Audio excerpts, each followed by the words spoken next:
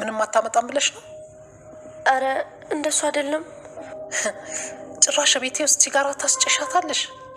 ቤቴን ያዋረድሽው፣ ቤቴን ያስደፈርሽው፣ ቤቱን የማንም ዱርዬ መጫወቻ ታረጊዋለሽ እንዴ?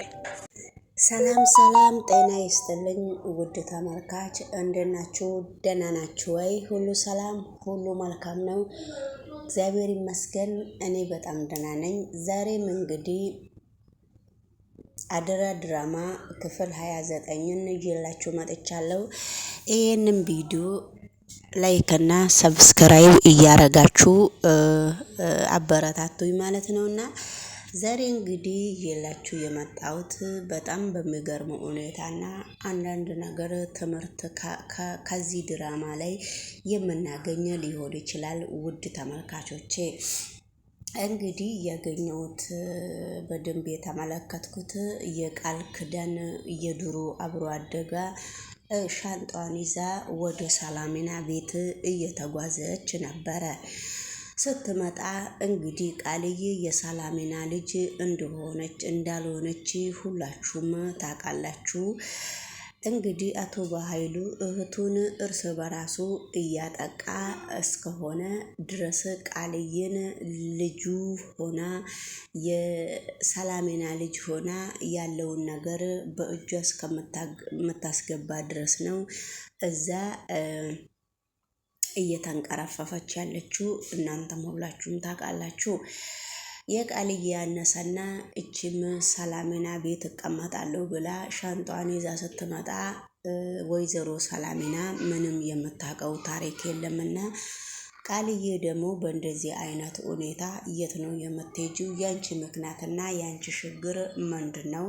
በመጀመሪያ ደረጃ የመጣሽበትን ምክንያት አስተዋውቅኝና አንቺ የመጣሽበትን ምክንያት እኔ ካወቅኩ በኋላ አንቺ ትገቢያለሽ በማለት ነው እየተስማሙ ያሉት። ቃልዬ ደግሞ አትገቢያትም ስትላት ነበረ።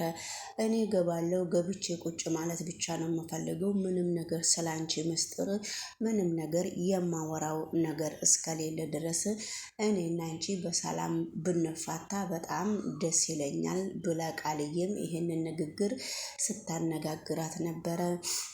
በስተመጨረሻ ላይ ውጪ በጣም ከሚገባ በላይ ውጪ ቆመው ሲከራከሩ ነበረ። በስተመጨረሻ የቃልዬ ጓደኛ በሩን በርግዳ ወደ ቤት ልትገባ ስትልም ቃልዬ ከአቅሟ በላይ እስከሆነ ድረስም አይ በቃ ምንም ነገር እንዳትተነፍሺ፣ ምንም ነገር እንዳትናገሪ አስገባሻለሁ በማለት አስገብታ ቀጥ ብላ ሳሎን ወስዳት ነበረ። ሳሎን ቁጭ ብለው ቃልዬና እሷ ሲነጋገሩ አሁን ቃልዬ ያነሳቻትና መኝታ ክፍል ስትወስዳት ነበረ። መኝታ ክፍል ከወሰደቻትም በኋላ ቃልዬ እንግዲህ ልጅቷ ሲጃራ ትጠጣለች። እንግዲህ ሲጃራ አልጋቸው ላይ ቁጭ ብለው እየመታች ስትጠጣ ኧረ እባክሽ አሁን ሰላሚና መታ ትጮሃለች። አንቺ ደግሞ ወደ ቤት እንድትገቢ ስለማትፈልግ ነው እኔ ደግሞ እሷን ስላልሰማው እኔ ደግሞ አንቺን ወደ ቤት እስካስገባው ድረስ ስለዚህ ነገሮቹን ጠንቀቅ ብለን እንጨርሰው ስትላት ነበረ። ልጅቷ ድርዬ ስለሆነች የምትሰማ ሰው ስለሆነች እባክሽ ወደዛ እችን አንዷን ነች ጠጥቼ የጨረስኩት እየቀረችኝና እችኑ መትቻት ልጨርስ ብላ ሲጃራዋን እየሳበች ወይዘሮ ሰላሚና ልጅቷን አትፈልጋትም ነበረ። ከበፊቱንም ወይዘሮ ሰላሚና እየሮጠች ወደ ክፍል ስትመጣ እሷ ነበረች ያለችው። ነገር ግን አንቺ እችን ልጅ አልፈልጋትም፣ እዚህ ቤት አታምጪ፣ ደግሞ ልጅቷ በጣም አጨሴ ነች አላልኩሽም ወይ ብላ ሰላሚና ቃል ኪዳንን ስታነጋግራት ነበረ። እናቴ እኮ ምንም ማድረግ እኔ አልችልም ስትል ማዘሯ ብላ አፏን እያጠማዘዘች ስታናግራት ነበረ። ምኔንም አትጥሪ፣ ምኔንም አትይና ተነስተሽ መውጣት ትችያለሽ ብላ ስታስጠነቅቃት ለነገሩ እኔ ከልጄ ጋራ ነው ንግግር እንጂ ከአንቺ ጋራ አይደለም ብላ ሰላሚና አንቺን ለብቻሽ ጠዋት እፈልግሻለሁ በማለት ቤቱን ለቃ ወጥታለች።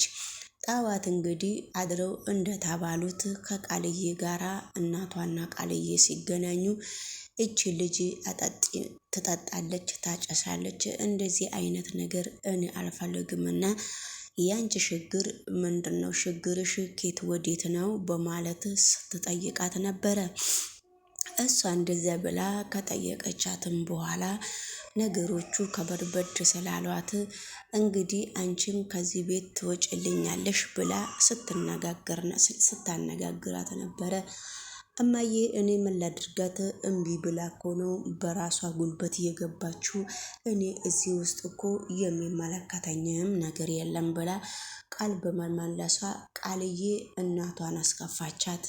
ስለዚህ ምክንያቱም ያንቺ ጓደኛ ነች፣ እኔ ባንቺ በኩል ነው የማውቃት እንጂ በኔ በኩል ምንም እንደዚህ አይነት ሰው አላቅም በማለት ተቀይማታለች። ወደ ገደለው ቪዲዮ ደግሞ አብረን ስንሄድ ቢሌንና ዳግም ተገናኝተው ቢሌንና ዳግም እናቷ የቢሌን እናት አሳዳጊ ከእስር ቤት ሄደው ጠይቀው ከእስር ቤት ገብታ ነበረ።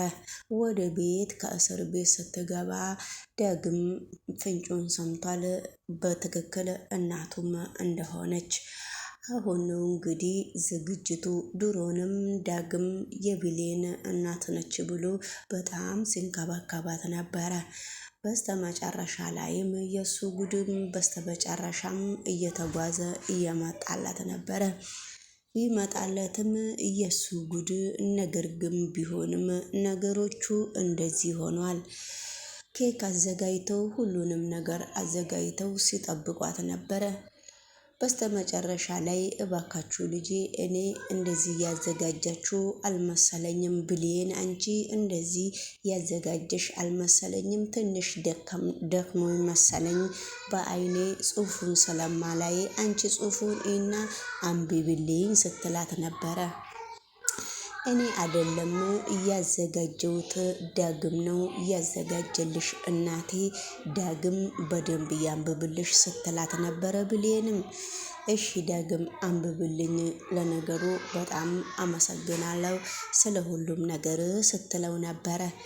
እሺ ብሎ ሲያነብላት ውድ እናቴ፣ የተከበርሽና የተወደድሽ እናቴ፣ እንኳንም በሰላም ከእስር ቤት ወጣሽ፣ እንኳንም በአይኔ ውድ የናፈቀችኝን እናቴ እንኳንም አየው ነው የሚለው ኬኩ።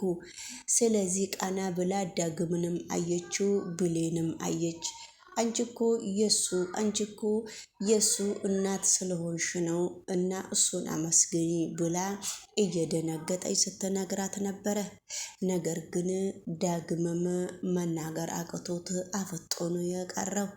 መንገድ ላይም ሲገናኙ በጣም እናቴ አገኘዋትና እናቴ ልትረዳኝ አትችልም፣ እንዴት አርግቼ ላስረዳት ብሎ ቢሌንን ሲያመካክራት ነበረ። ቢሌንም ቀስ በቀስ ታስረዳክታለህ፣ ምንም ችግር የለውም፣ አንተ ብቻ ተከታተላት ነው። ብሌን በጣም ተናዳለች። ብሌን ምነው አንቺ ደስተኛ አይደለሽም? ያንቺ ችግርስ ምንድነው ብሎ ዳግም ሲጠይቃት ነበረ። አንተ ደስተኛ ነህ? በነገራችን ላይ እኔ ደስተኛ አይደለሁም። እኔ ስንት ዓመት እየለፋሁት ውድ እናቴን የናፈቀችኝን እናት እኔ አላገኘዋትም፣ አንተ ደግሞ እናትክን አገኘካት ብላ ስትነግረው ነበረ። አንቺም እግዚአብሔር ባለ በጊዜ ታገኛለሽ ብሎ ዳግም ፍጥጫውን ቀጠለ።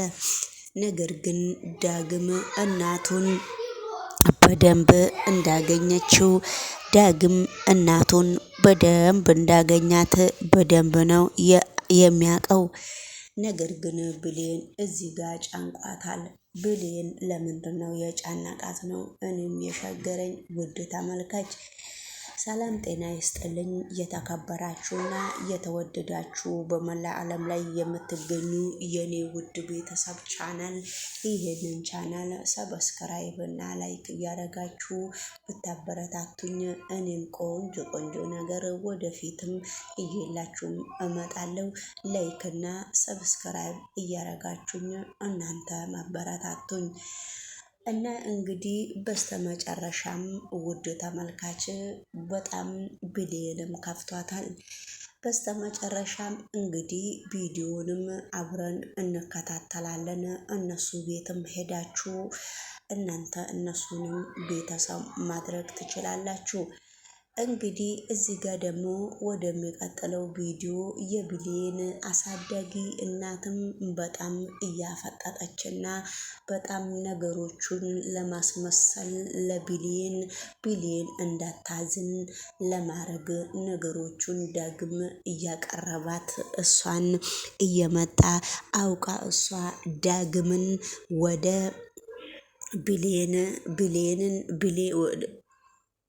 ወደ ብሌን ነገሮቹን እያገፋፋች ልክ ብሌንን እንደሚወድ ሰው እያረገች እንደሆነ ሁላችንም አብረን እያየን ነው። ዳግም ግን ኖርማል እናቱን ትክክለኛ እናቱን እንዳገኛት በደንብ ነው የሚያውቃት። ውድ ተመልካች እንግዲህ ወደ ገደለው ቪዲዮ ወደ ሌላ ቪዲዮ ደግሞ አብረን ስንሸጋገር እንግዲህ ውድ ተመልካች ቃልዬና ሳሚም እየተደዋወሉ ነው። ቃልዬና ሳሚ እንግዲህ አንዳንድ ነገር አብራቸው እየተነጋገሩ ነበረና ቃልዬ እኔ እንግዲህ ብሌንም በጣም ከአቅሜ በላይ ሆነች ብላ ለሳሚ ስትነግረው ነበረ። ሳሚ አንቺ ብሌንን እስካሁን ድረስ አልጨረሽም ወይ አላሳመንሻትም ወይ ብሎ ሲጠይቃት ነበረ።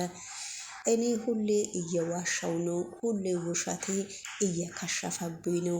ብሌን ከዳጊ ምንም ልትለይ አልቻለችም። ብሌን ዳጊን በጣም ነው የምትወደው፣ በጣም ነው የምታፈቅረው። ብልብል ምንም እነሱ ባወራም ብዋሽም ብቀበጣጠርም እነሱ ምንም ነገር የሚለያዩ ሰዎች አይደሉም። እኔ ታዲያ በአሁኑ ሰዓት በጣም ውስጤ ደከመ። በውሸትም እንዴት አርጌ እነሱ እንዲለያዩ እነሱን እሞክራለሁ በማለት መልስ ስትሰጥ ነበረ። እንደዚህ አይነት መልስ እኔ በፍጹም ካንቺ አልጠበቅኩምና ካንቺ ደና መልስና ጥሩ መልስ ካንቺ እየጠበቅኩ ያለሁትና በደንብ አጣሪና በደንብ ነገሮቹን ሳታካብጂ በቀላሉ ነገሮቹን በደንብ ጨርሺ ሲላት ነበረ። እንግዲህ ካልክ እኔ ምንም ነገር ማድረግ እስከማልችል ድረስ ነገሮቹን ሁሉንም ነገር እሞክራለሁ እውነት ለማድረግ ብላ እንግዲህ ውድ ተመልካች ስልኩን ሳሚ ላይ ዘግታለች ማለት ነው። እና ሳሚ ደግሞ ብሌን የራሱ እንድትሆን ነው የሚፈልገው። እንግዲህ አብረን እንከታተላለን። እናንተም ሰብስክራይብ እና ላይክ እያረጋችሁ በደንብ ተከታተሉኝና ዩቲዩብ ማናጀነርን ሼር ላይክ አድርግ። ብቻዬን አይደለም የምጎርሰው አብረን ነው ማለት ነውና ባይ 30 ደቂቃ ይሄን ያህል ረዝሞብኝ አያውቅም። ምን አይነት ስሜት የተሰማኝ እንደሆነ ልትረጅኝ አትችይም። አዎ መቼም